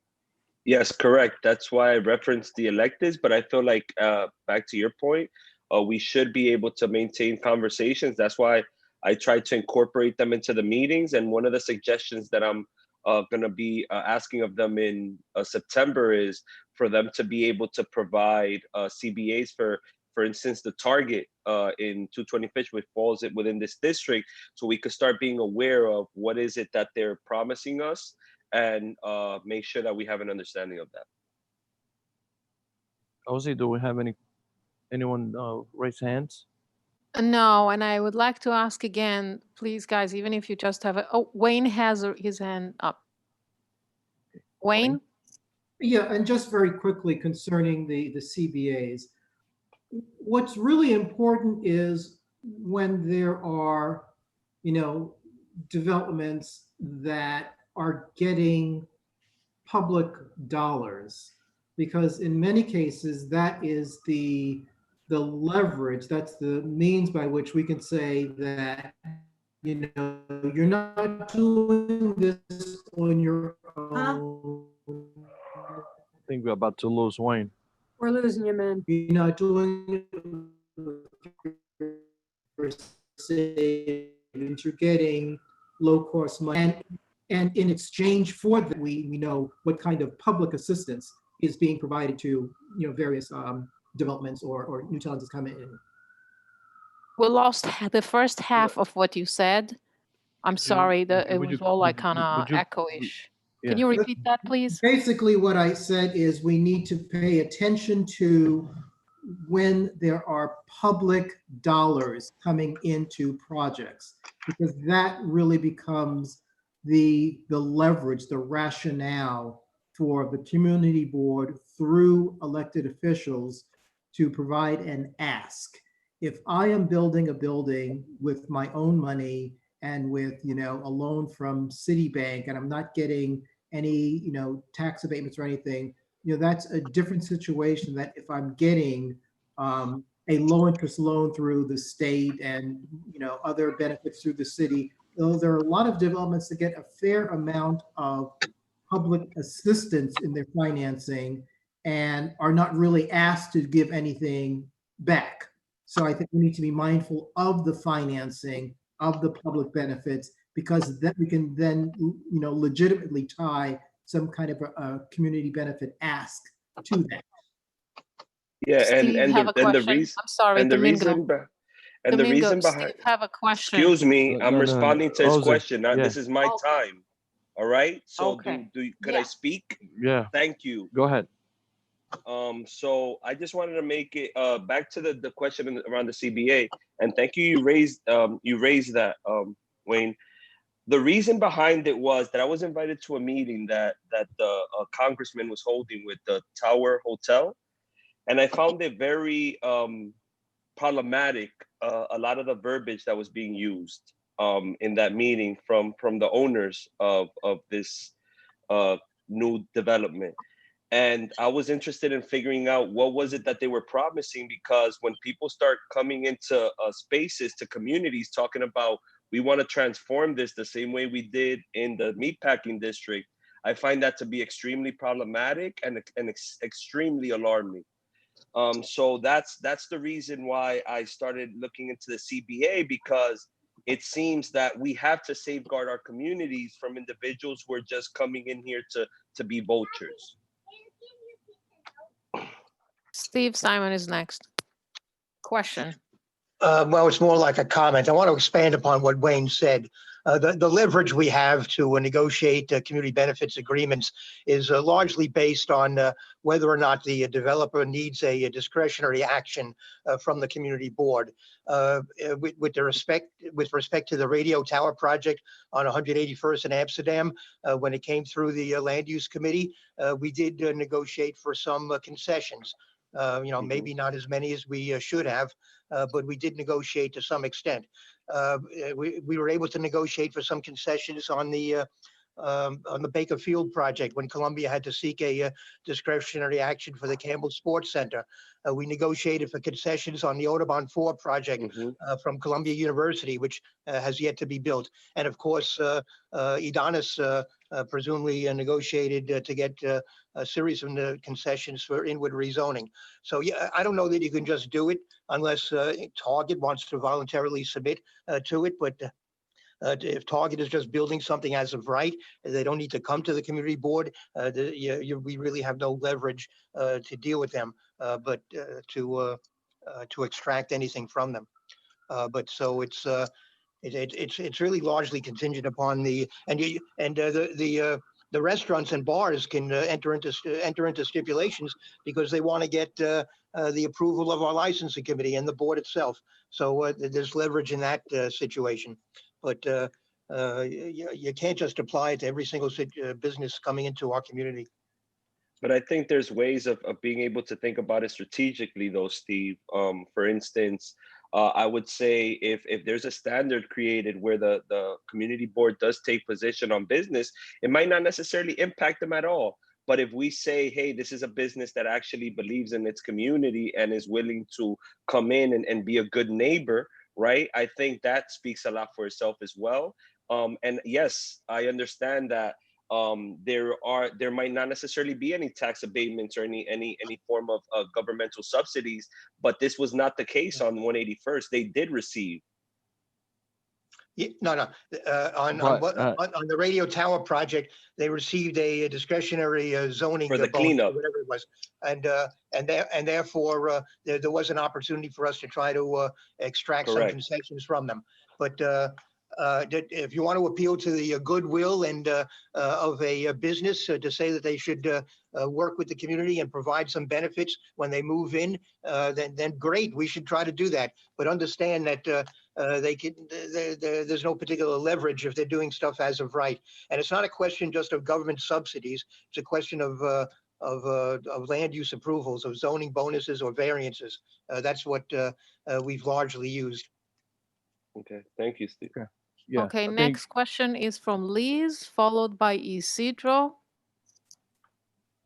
Okay, and then I yield my wrap it up time. at Isidro. I'll wrap it up after the last question before we move on. Who's the Liz next yield person? her time, so Isidro is next. Okay. I'm going to pose a question to get some clarity or some comments or recommendations from the floor on licensing. And this is relevant to Domingos's report. Is it ethical, legal, okay to ask for stipulation, perhaps, if we are to ask new clients or new merchants to hire local? Or would that be just a recommendation as a good neighbor to, as a good way of doing business? Wayne, perhaps you can answer that question. Well, I mean, that is not a land use matter, but I will tell you from the 20 years that I was doing community and economic development, we would often ask, businesses, what are their plans for hiring, and to stress the need for local residents to get jobs. And in many cases, to offer to connect them with, eligible folks for employment opportunities. So that's something where we're saying we can be of benefit to you. You're going to need employees. If your employees live nearby, that may be a benefit for you for a number of reasons. So it depends on how you approach it. If you approach it from, we have something of value to offer you, as opposed to, well, you're a business, you're coming in and we don't like you because you're a business and we're going to slap you over the head. So how do you build a relationship, I would think, is the question. Okay, thank you. Exactly. Yeah, but I also think that, sorry, this is your time. Go ahead. But I also think that, remember, a part of evolution is always to understand that the process is forever evolving. So that means that it might have not necessarily been the norm before, but the times also dictate what type of new norms we could put forth. And I feel like as far as the societal awakening that we're seeing now. I think it's about creating processes that are transformative and that actually engage our community and make sure that we safeguard our community. Because I'm assuming as community board members, we're looking to be able to make sure that we're at the interest of our community and not of those elected officials who get voted into office and have their own interests. So I think it's important for us to note that we have to be able to set up new standards if those weren't the standards before. Lise, have a question? Yeah, just very briefly, I have a clarifying question for Isidro that I texted you. If you could just take a look at your phone. Thank you. Okay. Okay, so before we move on to Janet Isidro's and his last report, I think it is important, as Domingo and Isidro both had said, that we are, instead of gatekeepers, we should be safeguards of our community. I'd like to just point that out. And Isidro? That's correct. A question for you, Eli, concerning the new licenses that are going to come in July and August. What are we going to do as a board? What do you think we should do to entertain those licenses, if we're going to entertain them? There's a decision that would have to pretty much be made by the executive committee as far as signing off on any potential July business license committee. And I think, or if we can, as he's been historically done, which is to wait until September and have 2 meetings. And that's pretty much something that it'd be your call if you want to continue down with the same path. But as far as I'm concerned, I would do that meeting in July and pass those March resolutions that we're not able to pass. And I think there has been new legal applications that have been coming up down the pipeline for the past couple of weeks after you had your meeting. So by the time we get to September, there probably be a good 40 applications. So that's something that we should consider. And thank you, Isidro, for bringing that up. So I think we should consider sometime in the summer, because to leave 40-something applications for September, that's going to take 7 hours. And it's something that would not be manageable, particularly if we're going to have meetings virtually, because that's going to add up a great number of questions that should be asked, and it will take a long time. So I'm looking forward to see if we can address this question in the summertime, because I think it's critical, and because it's time. It's time restrictive. We have to render an opinion to the SLA sometimes within 30 days. So I hope that that'll be the case. The second question that I have is concerning the minutes and the resolutions that were passed by the licensing committee on March. Are we going to entertain them now or later? Meaning like for this general board meeting to be voted on, or for later on? Is that a question for me, Yes. or is a question? For A you. question for? Okay, for me, I would say we need to have at least, just like all the committees, a July, and a special July meeting to look at those licenses, at least just to make sure that they pass. Something that we can do virtually is not going to take a lot of time of one another times. So I think that's something that we should do, and I strongly suggest that we can just do a special meeting just to pass those resolutions. Okay. I have a question, Eli.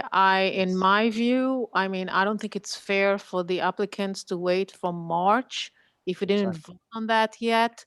I think that the community board should vote on that in this month, in June, and not wait until July. Because by the time they be being put on the agenda for the SLA, that may take a little bit of time. So it's That's better, even a better suggestion. especially for Posey's right. those that are looking for sidewalk cafe and they need the license and so forth. I think we should process those in June. That's my view. If that's the will of the committee, then I will. I finish up writing all the resolutions. Now I have to work on writing the minutes. So I see if I can get them before I get Friday, because I've been Eastern Wednesday by Friday. So let me see if I can work on the resolutions and the minutes for March and also the resolutions for June. Having said that, going to my report. This past Wednesday, June 10th, we had 8 licenses, 2 of which were new. One was for restaurant wine, which Chipotle is going to come to 157th. And we also had a full liquor license coming to 10th Avenue. Then we had some corporate change. 2 applications were withdrawn and the rest were renewals.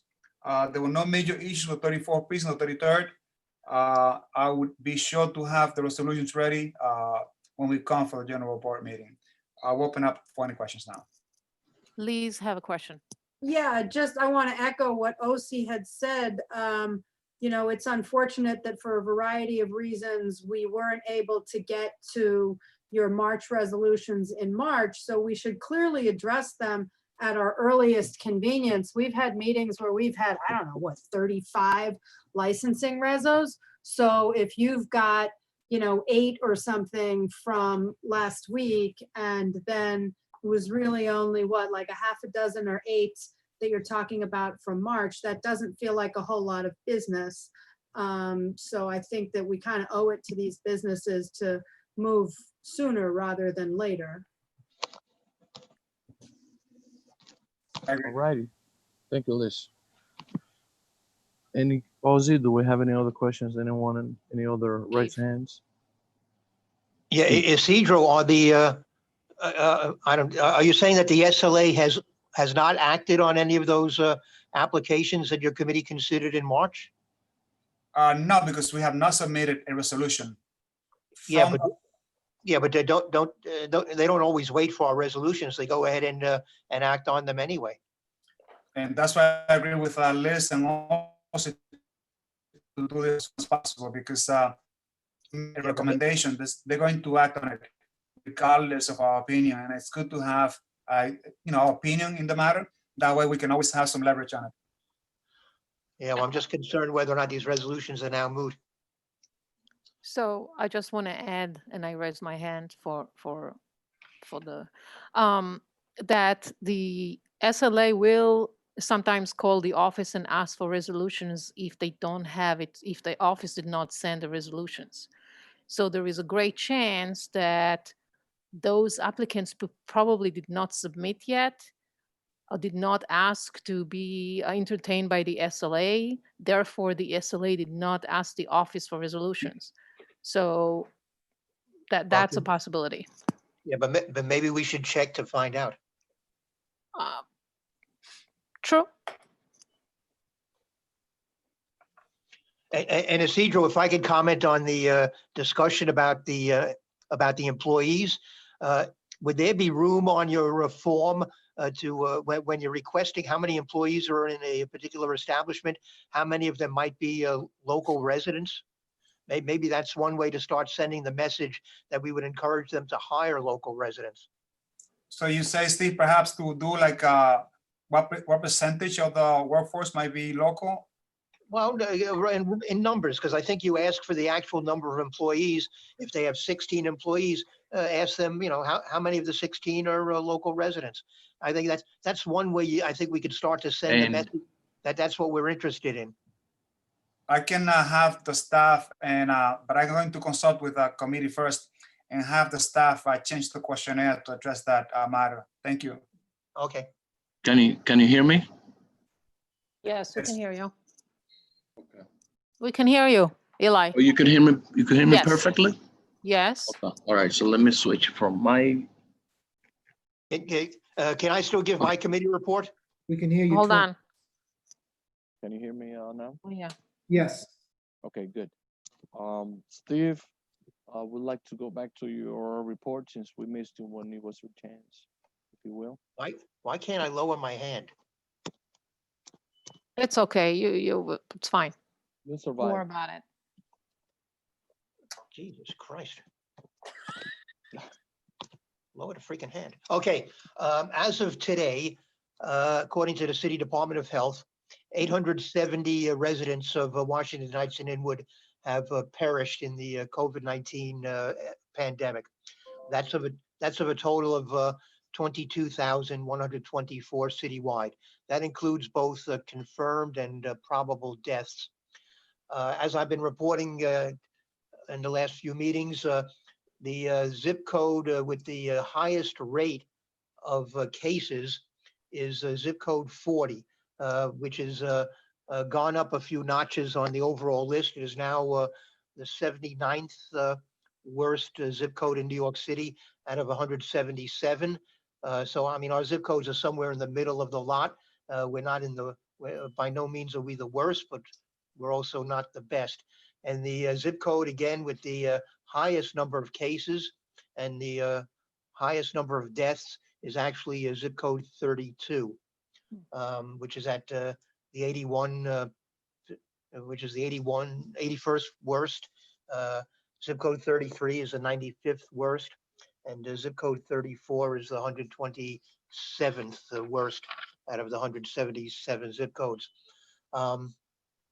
At our last committee meeting, we also had a presentation from Metro Plus. This is the first time we've heard from them. This is a health plan that provides Medicaid, Medicare, Child Health Plus, other insurance plans. It's affiliated with Health and Hospitals, the city hospital system.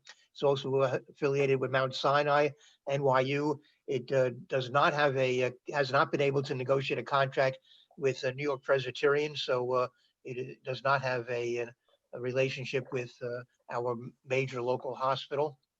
New York Presbyterian did report to us that the number of COVID patients is continuing to decline dramatically, although they still have not provided us with any specific numbers. I'm working on getting those numbers through a alternative means, let's say. The Baker Field Hospital is no longer in use, but it is not being dismantled in the event of a second wave that may occur in the fall. And the hospital is offering to businesses and others in the community the floor decals that indicate social distancing. You can paste them on the floor in any store or agency to keep people 6 feet apart. Our next meeting, I understand now I have to change the date of the meeting. I had lined up a presentation from Columbia University Medical Center on its new outpatient, its plans for a new outpatient mental health initiative. So we'll do that. Maybe we'll do that July 16th or some other date in July. Thank you. I have a question, Steve. Yes. I heard from my neighbor that worked at the psychiatric unit at Allen that they're not coming back to Allen. Well, I tell you, this is driving me nuts because they moved the psych unit out of Allen without really bothering to tell us, or I don't know who they may have told. And at a point in the COVID-19 crisis where they were desperate for beds, they moved out not just the psych unit, also maternity beds and some other beds. But the psych unit was completely moved out to the Gracie Square. And every time I ask the hospital to commit to the fact that they're going to return the psych unit once the COVID-19 crisis is over, I get mumbo jumbo. I don't get a clear answer. And I don't know how they can circumvent the state health department and mental health department process to just eliminate the beds and do it through this, I don't see how they can get away with doing this. I think they have to bring the beds back, but they're not publicly committing to doing so. So I've tried to suggest to the elected officials that they need to pursue this issue, and I don't know that anyone's taking me up on it. All right. Isidro has a question followed by Sally. Just a quick comment, Steve. We received those social distancing decals, and they have done wonders for the some emergencies in the bed. Really grateful to the hospital. I still have some here. I put on the social media display, and some agents have come by to pick them up. So really grateful for the hospital. Just a comment. Okay, that's good to hear. But my understanding is they may still have more to give out. So don't be shy about asking for more of them if you can get them distributed. Okay, thank you. All right. Okay, Anyone else? Natalie, have a question. I don't know how can I allow, Sally has a question. So Yeah, Jonathan, wrap it up. can you, You can just toggle her mute button off, whoever is a host. I can't see that. So Okay, ha- Natalie, can we start with Natalie and then, No, wait. Natalie is unmuted. unmuted. Give me a second. Sally has a question. I'd like to wrap it up with Sally and then have Natalie give her report. okay, I have a question. Sally has, I'm not sure. I am gonna. No? Steve, the other thing we discussed, which you were Sally, if you hear us, you're breaking up. We can't hear you. I didn't hear anything after my name. All right. We're not going anywhere, at least for the next couple of minutes. So Natalie, please give us Okay. your report. Wait. Steve, can you Okay, hear no, me now? Yeah, now you're back. Yes. Okay, the other thing that we discussed is using some of the not unspent Community Board Enhancement Initiative funds, and it's depending on which report you look at, it's either $17,000 or $23,000 left in that account to pilot mass distribution in certain locations in Community Board District 12. And so that was one of the things we were going to discuss tonight. Or you were Well, going to. I assumed it. I came in late to this meeting. I assumed that it had already been discussed It hasn't. under the treasurer's report. It has not been discussed. It has Yeah, not. that was discussed. It wasn't discussed. So we can get around to that. Then we have a question from Lise, followed by Catherine. Yeah, if you could just repeat that phone number, Steve. I'm Lise, sorry, did you have a question? I'm sorry. Did I give out a phone number? Which phone number? Oh, wait, somebody had a question about a phone number and the question is now gone. Never mind. Okay. So anyone else has a questions before I move on and get Natalie? So I'm are we sorry. gonna, Did someone want Julio's phone number maybe to get those decals? I can give out that phone number. Yes. I think they were talking about, Steve, the number for the CB12. How many people passed away from CB12? That was the number they were asking. Oh, they wanted that number. 870-870. so are we gonna address the use of those funds? Yes, we're gonna address those issues. Gerard? Thank you. Just a quick question, Eleazar. Yes. Didn't we discuss earlier in the meeting, didn't Domingo specifically say in response to a related question that the city has, or the city is distributing a fair amount of PPE, and before the community board spends money on it, shouldn't we tap into what's available through the city? I think that's one of the things that Domingo mentioned in the beginning. So my point is, we did discuss this earlier. Correct. The difference would be having dispensers in certain locations like. Yeah, but the point is, we should find out what is available, I and is agree. being distributed before we spend money on it. I agree. I just Yeah, don't want to give it back to the city again. Yeah, I believe the mayor has said that he has 2 million masks to distribute to businesses and others in the city. That's what I said. All you have to do is send a letter to City Hall, like I previously stated, and ask for the amount and what your distribution is going to be. And somebody from the mayor's office will contact you and let you know how much you could get. Right. And the question is having dispensing machines so that we don't have to have people dispensing them. That should be included in the ask. Okay. Okay, Sally. Thank you. Jonathan? Jonathan, do you have anything to report? Isidro, I'm sorry, Isidro has a question. Just I guess to just a- Steve. Yeah, I think I just kind just, of just, wrapped it up. just quickly on businesses, we, meaning the bid, and I didn't want to say this on license, not to get you guys confused, but as a bid, we were assigned to be a distributing center for face covering. So if you have any business that would need masks, please send them over to the bid. We have over 30,000 masks that we can distribute to businesses. So please feel free and send them out. Thank you. Sorry. Right. Yeah. And my point, Isidro, is this is for distributing them to residents, because as everybody knows from Scott Stringer's report, we have the fourth highest number of essential workers in Community Board District 12. But this is for businesses, small businesses. Yeah, I know. Yeah. So the ask is for residents, which is a different ask. Okay, thank you, Sally. Jonathan, you have anything to report or? No, Richard Allman? basically, I just have one recommendation for you guys. Please encourage your committee members to subscribe to the channel, because I'm still seeing people asking for some links of previous meetings to do, like you know, to write or to listen again.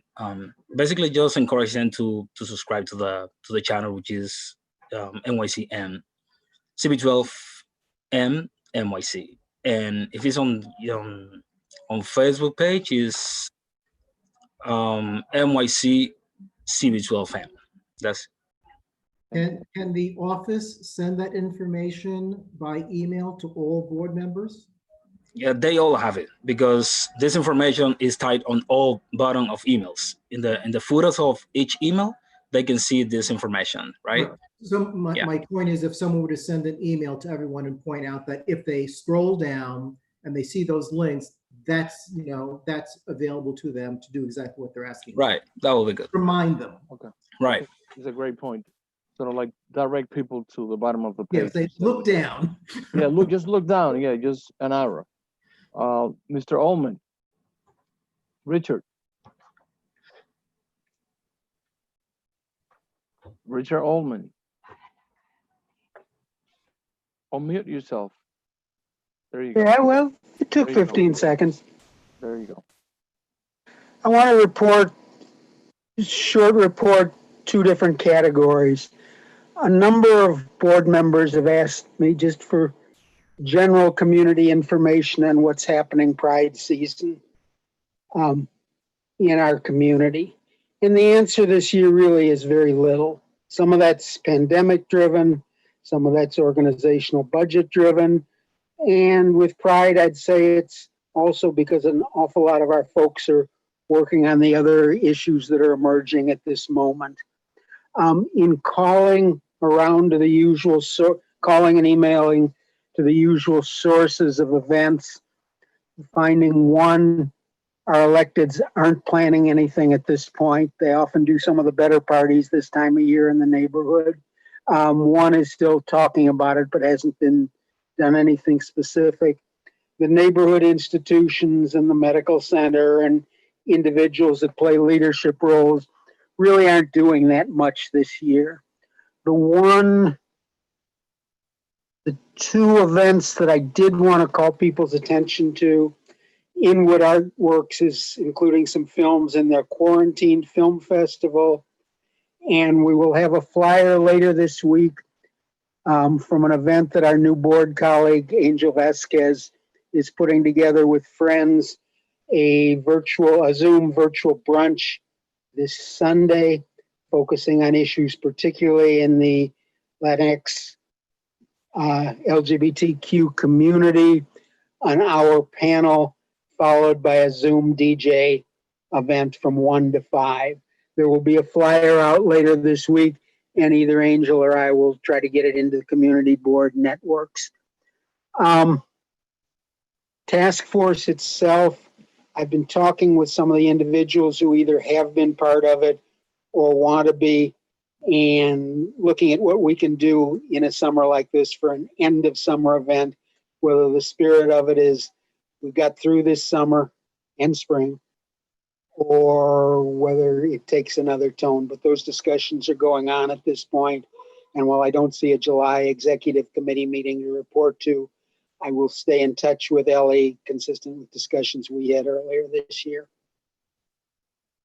Thank you, Richard. Ozzy, is there anyone that has a question? Any question? Steve, followed by Sally. Yeah, Richard, I want to know why you're not jumping up and down celebrating the two shocking decisions today by the U.S. Supreme Court. We discussed that The earlier. best answer I can come up with, Steve, is because I knew you would. Other than that, it's not true. I actually just stayed to train. Those are just incredibly important decisions, and how in whatever's name it came through Neil Gorsuch, don't know. Liz had done some mention of that earlier, and I just stayed focused on community board stuff a little bit because there haven't been a lot of those reports. Incredibly important, Steve, and thanks for the exclamation point. Okay, very good. Okay, thank you. I thought he was going to ask him about all those posters he has hanging in the back. I guess that's his desk or something. I thought that I was would a have to explain the office at home situation. That's Sally. We'll skip that. It looks pretty good to me. Actually, I think you've explained it, that no further explanation needed. Sally. Yes, my question was follow up to Jonathan. Have we made any progress on combining the two Facebook accounts? Because the one that's been existing for a while, as we talked about last month, has a lot more members. And second, I noticed that some of the videos are not on the YouTube channel, like our last health and environment meeting. It is on the Facebook channel, but is there a way to load it so our YouTube channel has all the videos? Well, if there is any video that is still not uploaded on Facebook or YouTube, we are going to figure that out. I mean, I can ask Ebenezer to send it to me so I can upload it. So because we have backup of all videos and all meetings on the cloud, so we can at any time download it and upload it to any of our social networks. Regarding the unification or merge between the old Facebook page and the new one, we haven't worked on that, right? Because there are different ways of do this to achieve this, and I have to talk and meet with Asia to address this marriage. Okay. As soon as we have this information on hand, we will share with you guys. Okay, thank you. That was pretty much Natalie. Been waiting. Hello. So lovely to be with you all. And I wanted to respond real quickly to Steve Simon. Gail will be writing a letter regarding the site beds at Allen. I will consult with you in the next day or two with the draft so that you can let me know if you have any suggestions of what should be added there. But this is very important, and whatever our state electeds are doing behind the scenes, I'm sure is great, but sometimes you've got to publicly shame folks to get them to respond.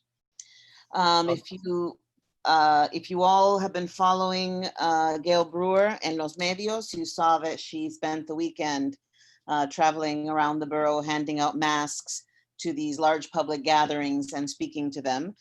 So in case anybody forgot, that COVID thing is still a thing. And warm weather didn't make it go away, as some people may have said.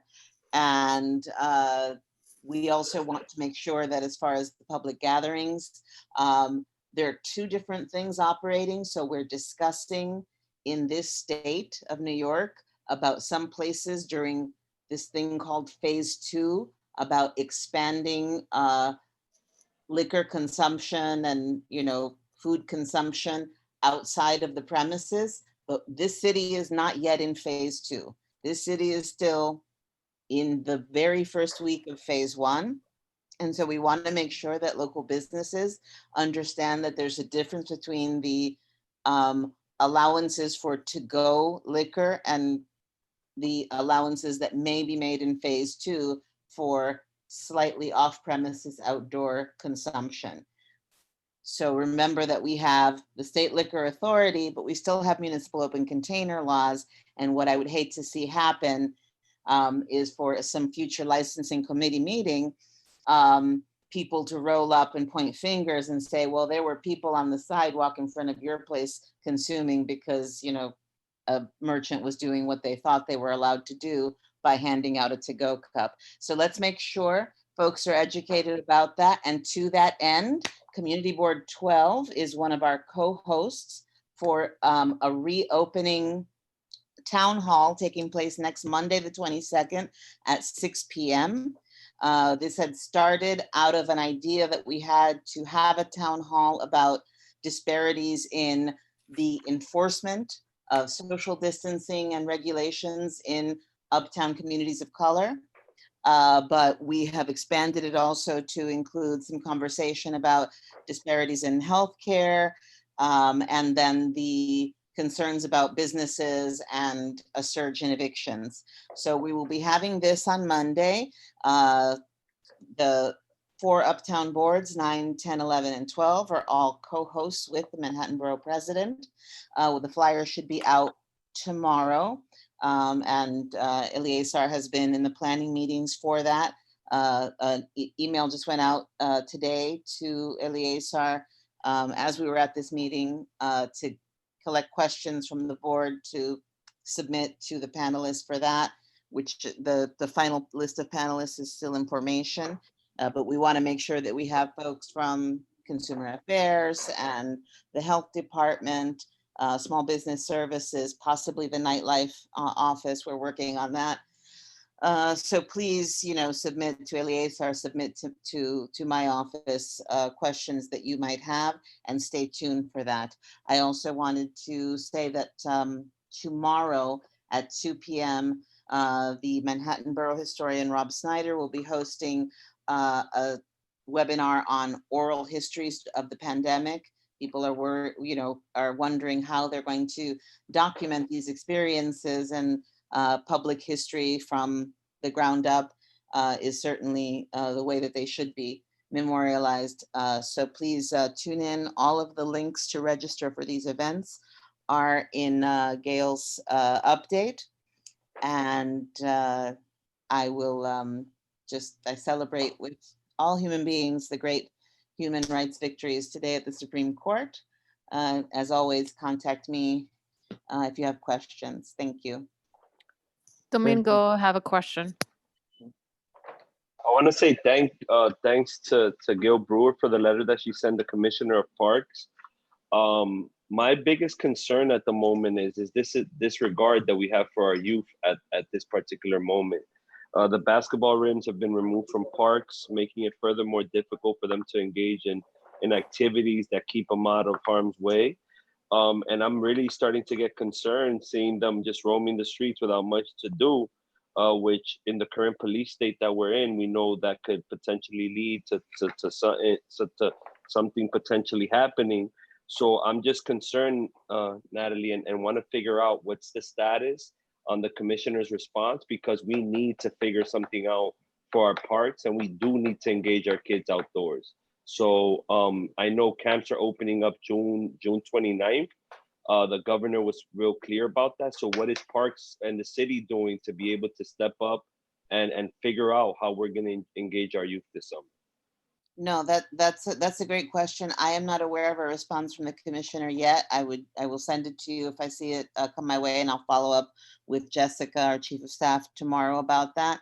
But please do, if you cannot attend this town hall on Monday, send the questions that we should be asking, because that definitely is a major part of the issue. So we all know that in the absence of a basketball hoop in a park, kids are going to get together on a crowded sidewalk and shoot hoops through the fire escape ladder, because where else are they going to go, right? And so in a sense, removing that hoop didn't actually protect them from that. So we have to think in these really practical terms, I think.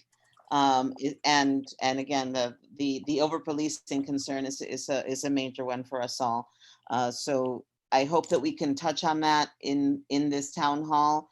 But this is going to take a lot of ongoing conversations, but I will look to close the loop on that letter for you. Lise have a question. Yeah, two. One is among the things that we spoke about at great lengths at our committee meeting was, the need to get some additional guidance from the commissioner on just that matter. So we are working that conversation through the committee as well. Our minutes will reflect that. I didn't want you to think that we were asleep at the watch and didn't didn't discuss that and weigh in heavily on the importance for all of the reasons you described. Ditto with dog runs. And Natalie, can you just tell me what time is that thing tomorrow with Gail and Rob? 2 p.m. 2 p.m. Fantastic. Thanks so much. Pretty good. Eli, we have no more questions. I think we've completed an excellent round. Domingo, can you lower your hand? I think we've completed an excellent round of information. I think that we've all been now better informed and educated on issues that, because of a lot of reasons, we cannot assist all of our virtual meetings. But I think that we all have a lot of work ahead of us in each one of the responsibilities that we have. I'm again- sorry, Ilya, sorry, I had one more thing. It's really important. If I may. Yeah, sure. If I may, I just wanted to say that I did notice at one meeting that I was at that there was an attempted Zoom bombing. There was somebody pretending to be working on behalf of Zoom and asking for permission to be promoted to a host to be able to have access to the participants. And it looks all very official, like many of these phishing things do. So please, anybody who is working as a host in these meetings, be aware of those. Just ignore them, don't respond to them, and certainly don't give anybody host status who you don't know.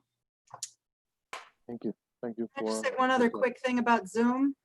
The minutes will not reflect how incredibly well attended our meeting was and what I'm hearing from my other chairs, but no one has actually mentioned, and I think it's important to say.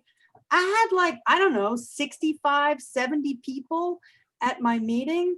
There are a lot of things about Zoom that are kind of difficult and I don't love, but the fact that people can come very easily, attend, listen to a meeting, throw up a question in the chat, raise their hand and speak. I was really concerned and skeptical when we first started this like virtual thing. Maybe it's just because I'm old, but it's been pretty remarkable in the best possible way how this has really enhanced participation. So when we get back to a time of being able to meet in person, I really want to be able to preserve some element of this so that people who can't easily attend a meeting can still participate in a meeting and can still consume the information in real time, because I think it's been a huge benefit. Thank you for your comments. I think there's a letter that just came from Gail's office to the governor's office in reference to when open meeting law resumes that there's some sort of hybrid as far as the meetings will continue to take place in the future, in which there'll be a combination of whoever can assist will be able to vote online. So there's conversations as to how democratic the process really is, in which we all continue to be voices and heard and counted for. So with more further to say, I would like to adjourn this meeting and thank you all for being here. Can we have a second? Do we have a motion? Second from Liz. Third, Thank you. fourth, and fifth. Right, an excellent night. Thank you. And Ebenezer, I'm gonna send those flyers. So if you can please, you or Paola send them out would be great. Thanks so much. Good night. Good night, Guys, all. good night. Good night, everybody.